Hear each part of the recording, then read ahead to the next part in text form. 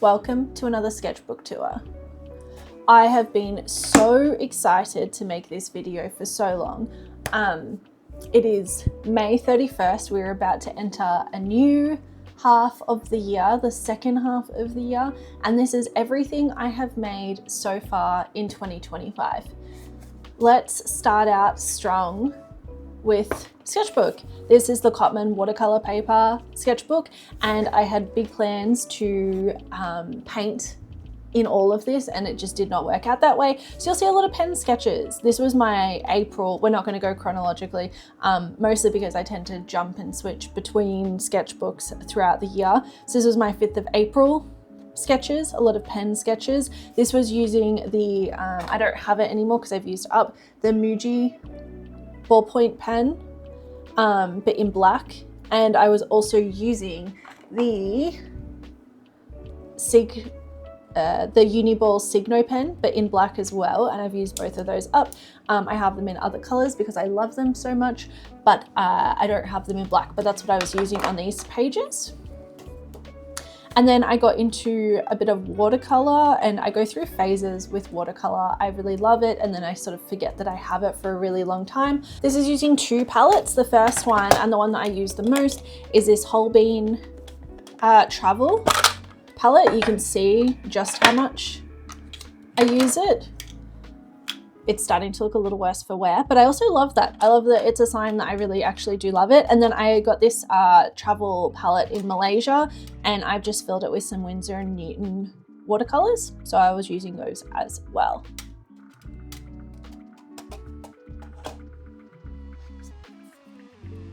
Again, with the watercolors, I actually love how this unicorn turned out, and I think I want to do more artwork in this style that has a semi outline border sort of quality in some areas, but then is also still quite loose and freeform. I really like this. I moved on to using Posca paint pens for this second half of the spread. And I got into Posca pens quite a bit in one of my other sketchbooks, which you will soon see.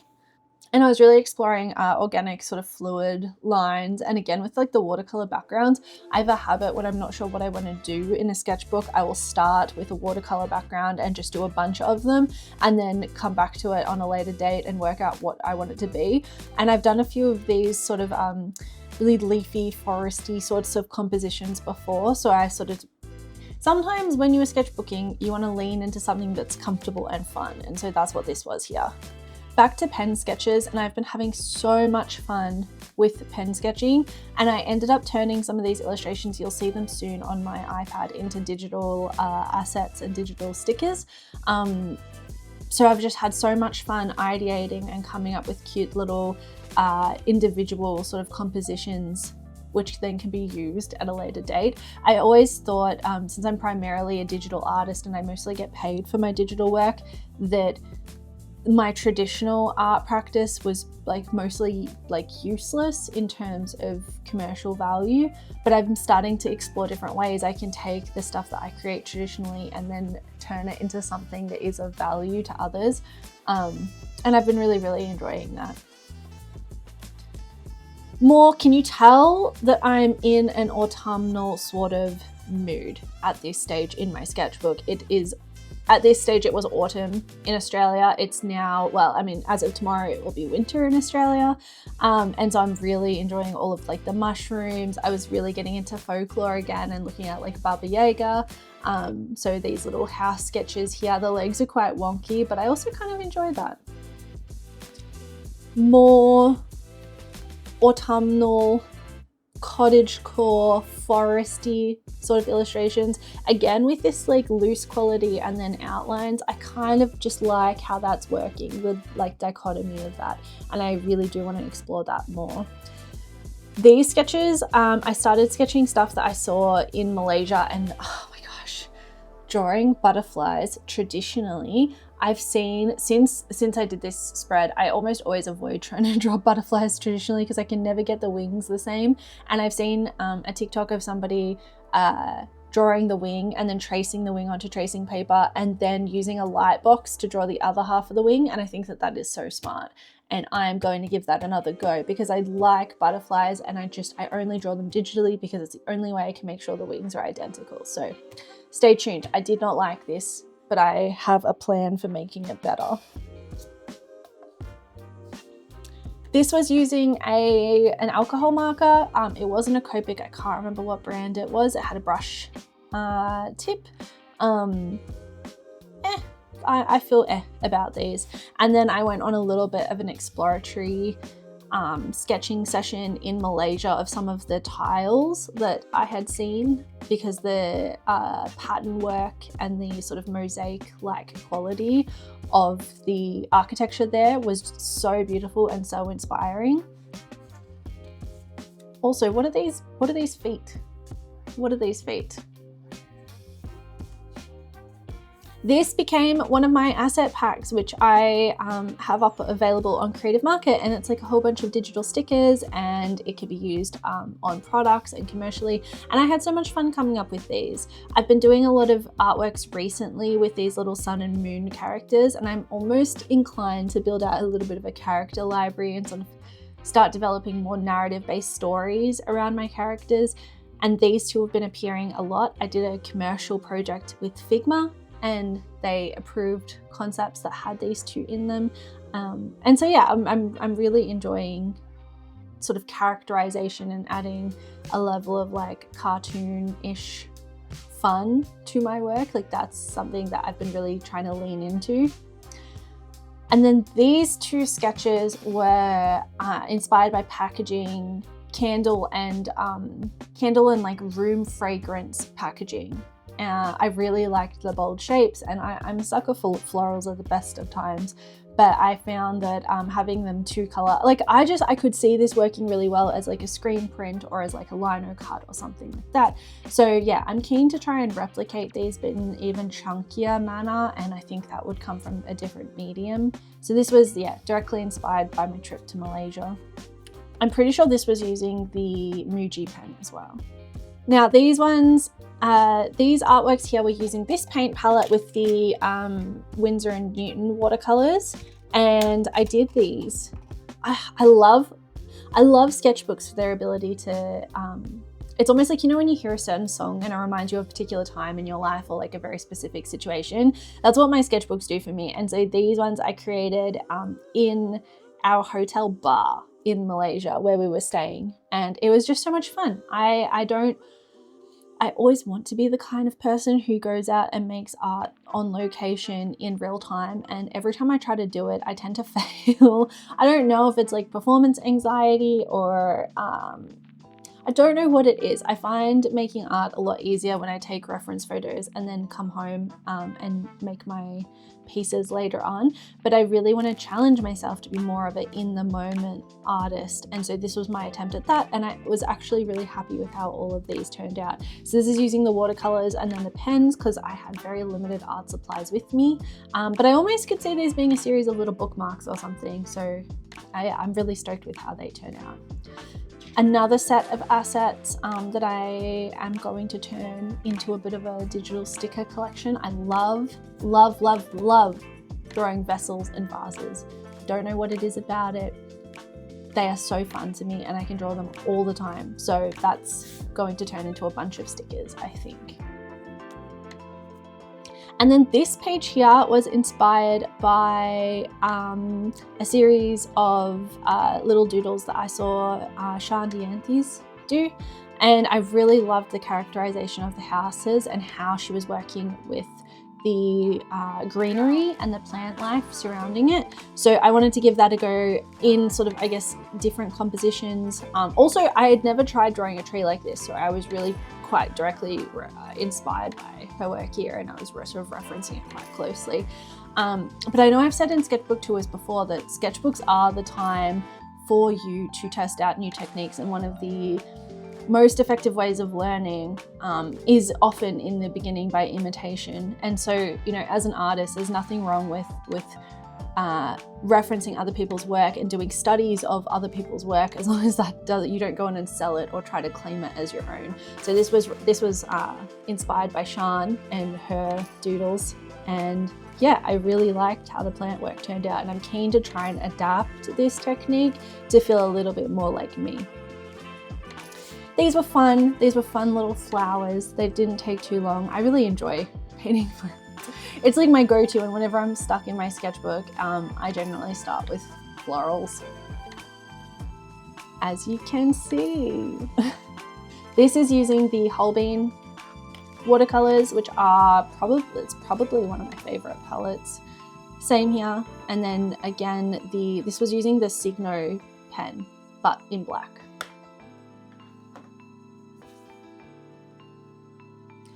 And then more pen sketches, and I've been working on my, I've been trying to create like an identifiable style of lettering that sort of mimics my handwriting in a way, or is inspired by my handwriting in a way. I'm not sure how I feel about it yet. I think it is fun, but I think it lacks legibility, so I'm going to keep working on that. And this little bunny appears, if you've seen any of my work before, you'll have seen that I am obsessed with drawing this little guy. I should really give my characters names, actually. And this rabbit appears quite often in my work. And then here, I have been so inspired by fairy tales and mythology lately, and I got my hands on a series of Shelley Barber books, which I had as a child and I was like super obsessed with. And I lost them as I grew up, and so now I've been able to go and use my adult money to buy myself a full set of these books again, and I'm so happy. I also have a set of, it's almost like a mythological like encyclopedia. I'll put it up on the screen to show you. And so I was looking through it, the different types of creatures detailed in there, and I wanted to give drawing them a go using, again, the Holbein watercolors. They're a little bit awkward and a little bit janky, but I think that looking in the books and seeing how stylized historical illustrations can be really gave me comfort. I tend to get really up in my own head about my level of realism and whether I should be stylizing my works or not. And so I think doing these studies and looking at how other people depict mythological creatures and like the lack of realism proportionately was a really freeing exercise, and I really enjoyed it. And then more here, more mushrooms, a little landscape, again using the Holbein. I really go through phases with this palette. I love it so much. A little duck. I think its eye is a little bit dark, and this is one of the rare occasions where I don't like the impact of the outlines. I think it was a lot cuter before I put the pen on, and it's one of the things that I dislike the most about traditional art in comparison to digital art is it is largely irreversible. Playing around again here. This was the Posca pen. This is almost empty and I need to get a new one. And the watercolor backgrounds to create a bit of a scene. And I didn't know what I was doing with this page. I had no clue, and I love how it turned out. It's giving me Howl's Moving Castle, the stars, when Sophie and Howl, like during the flashback scene. I love it. I don't know what I'm gonna do with it, and I don't know if I'm gonna make more of it, but I started out hating this page when I made it, and by the time I was done, I actually think it's one of my favorites. It's just so lively, and I really like the colors. And then we have a lot of trees in the area where we live that turn orange and yellow and really sort of reflect the seasons. And every autumn I'm in awe of the trees around us, and so I wanted to do a little page in honor of that. And here we go. I was back on my icon and my asset pack horse. Again, simple black pen. You'll see these on my iPad a little bit later. And then my last page is so derpy. I was drawing my dogs, Cookie and Peach. And when I tell you I'm going to show you all of my sketches, I really mean I'm going to show you all of my sketches. Look look at these legs. What was I doing here? What was this? Also, they call their little dental treats toothbrushes, and they know that terminology. So that's why that's there. And that's Peach before and after a haircut. So that is sketchbook 1. It was only a small sketchbook. I find in many ways having small sketchbooks less intimidating than large ones, but it does mean that I have a couple of sketchbooks. These 2 are not full. Let me be clear about this. These 2 are probably only a quarter full. This one I started in January, and then I took it to my work office. Actually, I did a YouTube video testing out Japanese art supplies that I bought from Etoya. So if you are interested, you can go and check that out on my channel now. But then I took it into my work office because I was convinced I was going to start sketching on my lunch breaks. Do we think that happened? I want to play like suspenseful music, but I already know that everybody knows the answer is no, that didn't happen. So this is not finished, and I bought it home to try, and now that it's home, I'm going to try and fill it up. But this is the MD sketchbook, and this is very thin paper, although it does hold marker quite well. You just have to make sure you put a sheet behind it so it doesn't stain the next page. But this was trying out the Karan Dash. I have no clue if I'm saying that correctly. The watercolor pencils. And then I had some Sakura Kupi. They're called pencils, but they were more like crayons. And they were not, if you watch that video, they were not my favorite to use. They still have not become my favorite to use. I was testing out some soft pastels and attempting to make some gradients with them. So these trees were created with these like kind of gimmicky pastels, but I also really like I said in the video too, I really like the gimmick. I'm not sure what other uses I have for them, and I want to spend more time playing around with them, but I do appreciate a good sort of very childlike art supply, and so these were a lot of fun to work with. And then these ones were using the satellite crayons, which I love. And I loved them in the video, and I still love them now, and I'm so excited to do some more work in them. So these were a lot of fun and really, really nice shades. And then I got into, which I want to do, I really want to do more of this. And then see, there's the rabbit appearing again. The creme de la creme, the Sinalia oil pastels, I've saved. Let me tell you, I've saved so many TikToks, so many beautiful TikToks of sort of impressionist style landscapes, and you know what? I have to carve out time. I know I, like everybody else on this planet, tends to say I'm too busy, I have too many other things to do, but like I really have to put some time aside to play with these and to do some more of this, because I had so much fun and I've been so inspired, and there's so many wonderful artists I see online, and I need to do some more studies. So that is on my must-do list. And then, oh my gosh, this. So I got myself finally a set of Ohuhu markers. You know what, I would forgive you for saying I'm a little bit excessive, and I actually think that's probably a really fair critique of me and my personality. And I was playing around with alcohol marker. I have always had a really love-hate relationship with alcohol markers, but when I tell you that I have had, this bird is, I don't know what's going on here, but I really like these plants, and I really like the use of the pencil over the top of the marker. This was super cute. I was super happy with this. I don't know what I'm gonna do with, like, should I make a sticker of a bow? Like, I don't know, would anybody be interested in that? But I love the distinction between the colors. It's so fun. So yeah, I've been really enjoying working in alcohol marker. Like, it gives a texture, the colors are so rich and vibrant. I was always a Copic girl through and through, and I have right next to me my desk, like easy to reach, I have like a bunch of Copics, but or Copics, depending on how you want to pronounce it. But when I tell you that these are just as good, and if you get the brush tips, I would almost argue, would I argue that they're better? Oof, tough call, but I really like them. If you are feeling daunted by alcohol markers and you want to give it a go, I recommend starting with coloring sheets. The thing that really got me back into alcohol markers was being gifted a coloring book, and then deciding to use alcohol markers to fill it out. I feel like whenever I'm daunted, like this is actually, I'm not going to pretend that this is a tactic I've used my whole life, because it's not, but it's something that I've learned about with these alcohol markers, and I think it's going to stick.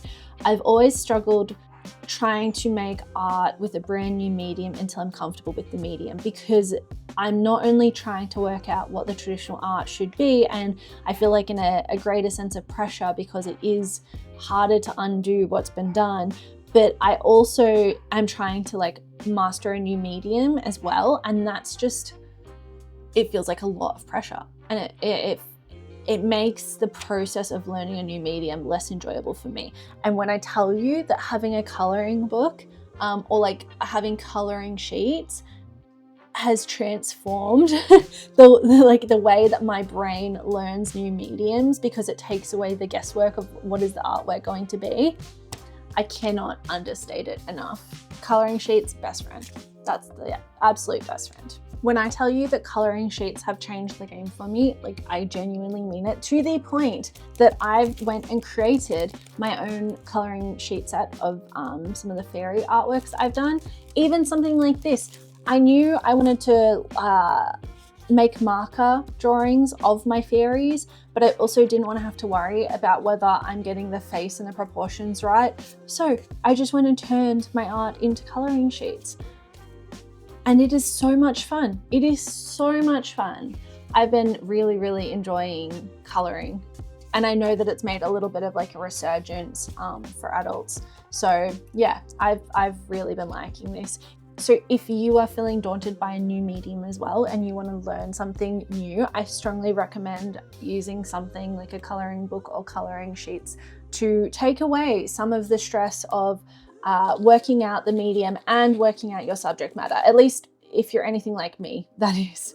If it doesn't daunt you that much, then go ahead and jump straight to the sketchbook. That's why you'll find when I work with new mediums, I tend to spend a lot of time drawing subject matter that I'm more familiar with. You can see that here as well, in my florals. And then just some little thumbnail concepting of new sketches, and that's it. So my goal for the end of the year is to finish this sketchbook. I have 6 months. This one and this one. Now this sketchbook, when artists say, oh, it's not like that good, my work's not that good. Like when I tell you that it's important for artists to have like a quote unquote ugly sketchbook, I genuinely mean it, and this one's mine. Now that's not me saying that my work is like objectively bad, and if your work looks anything like my work, that your work is objectively bad. Like no, that's not what I'm saying at all. But I'm saying that this is the work that when I look at it, I am the least happy with it. And I don't know what it is about this book. I didn't set out for this book to be that way or to be that for me, but this book contains the majority of the work that I'm not happy with. So let's have a look at it, shall we? So we're starting out strong. I actually do like this piece. I digitized it for Instagram, and it looks something like this, and it completely flopped. It did not perform well, but that's okay. Not every piece we post online is supposed to perform well, but that came from this one. And then I didn't mind this floral as well. This is using the Crayon Dash pencils. I will show you them. They look like this, and they are super, super cute, and I really like these pencils, and I have a lot of fun using them. And I love that they come in a handy little tin. Same with this one, same pencils. I do like the highlights on the rabbit, and I do like the shape of the rabbit. I don't like all of this florally mess that's going on here, but that's okay. Not everything is going to work out perfectly. I think there's some strong elements in this. This page, I look at this page and it takes me back to like 2018 and the style of my artwork there. That's using the black Muji pen as well, but I don't know what went wrong here. I don't like the typography. I think everything looks a bit like it lacks confidence in it, in the line work. I think I understand, like I know what I was trying to achieve with these, but it just didn't execute the way that I was hoping it would. So, you know, you live and you learn, I guess. Then this piece, I turned this piece into a sticker and I was super happy with it. Again, it like flopped on social media, but I do like how painterly this piece turned out. I like the texture in the background a lot. So, you know, it's still, this one is a win in my book. I'm not sure what I was going to do with this. I forgot, and this page is now unfinished, but it is what it is. I'm showing you everything. This was using the Posca markers. The shape of the fish is not working, I don't think. It's meant to be a koi. Nah. This one is inspired by Akatar, or A Court of Thorns and Roses. I am a big fan of that series, and I wanted to show Ramiel, the mountain. So if you've read that, you will know that reference. And I wanted to keep it really simple. This was a rapid fire series of almost like warm-up sketches. Maybe that's why this book contains most of the art I don't like. I feel moderate about this. I don't hate it. I don't love it. This one I'm not a big fan of. You know, we are our own worst critics, right? This one was cute, and I actually wanted to go back and add pencil detailing to this, and I still might. I actually did like the colors and I like the composition. This was inspired by an image I saw on Pinterest. I don't have the reference for it anymore, but I absolutely won't take credit for this composition either. This was absolutely a study of something I had already seen, and I had never tried working with, well, not never tried, I don't do that many landscapes. I mean, I've been trying to do them more traditionally. You'll see I don't do many digital landscapes, but I really want to push the bounds, and I liked the simple nature of the shapes, and I thought it was probably really achievable. So yeah, I gave it a go, and I'm really happy with how it turned out, actually. And again, it's something I would like to try more in my own style or with my own sort of mediums. Warm-up exercises, these are, I don't really have, they are what they are, you know, they're there. I'm showing you everything, like I said I would. Same with these, I don't mind this. I don't know if this is meant to be lemons or oranges. And again, I think that this would be really cute if I added like pencil or potentially some line detailing.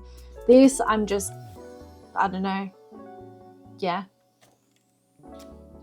These were cute. I actually don't hate these. I like these little mushrooms, and I could see these being turned into a cute little sticker pack or a sticker sheet if I did more and had more variety of them. I like the limited palette here. This was again using Poscas, and I think that the shapes are quite bold and quite fun. I could see these being like little planner or like bullet journal stickers, and that could work quite well. This one was cute until I added this shadow, because as soon as I added the shadow for the house, I realized that the trees would need shadows as well, but then the whole ground would become black basically, and that wasn't like really the light, you know, it looks like it's sort of midday. I probably should have done it as like dusk or twilight, and then I would have had more shadows or even softer shadow. Anyway, I messed up the lighting on this, and so I liked this until I added that. I don't know, let me know what you think. It's not like realistic at all, and maybe it's just me getting up in my own head about whether it should or shouldn't be realistic. These were also warm-up exercises, and it was just playing with really graphic shapes. This was using Posca and then using the black Muji pen. These were fun. I, again, don't feel anything. I don't feel like particularly positive. I don't feel particularly negative about them. They just are. And then this was my latest page, which I did the other night right before I fell asleep, and it was just a very cottagecore inspired pen drawing using this pen.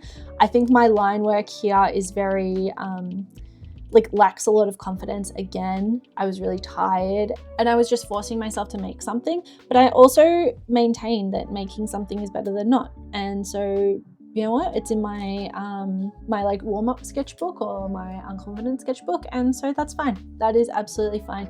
I genuinely think social media has given us such a warped perspective on what sketchbooking should be, and I see all of this stuff on TikTok with these beautiful sketchbooks where you could basically cut a page out of any of these sketchbooks and sell it. It is that high quality, it is that stunning, and it is that refined.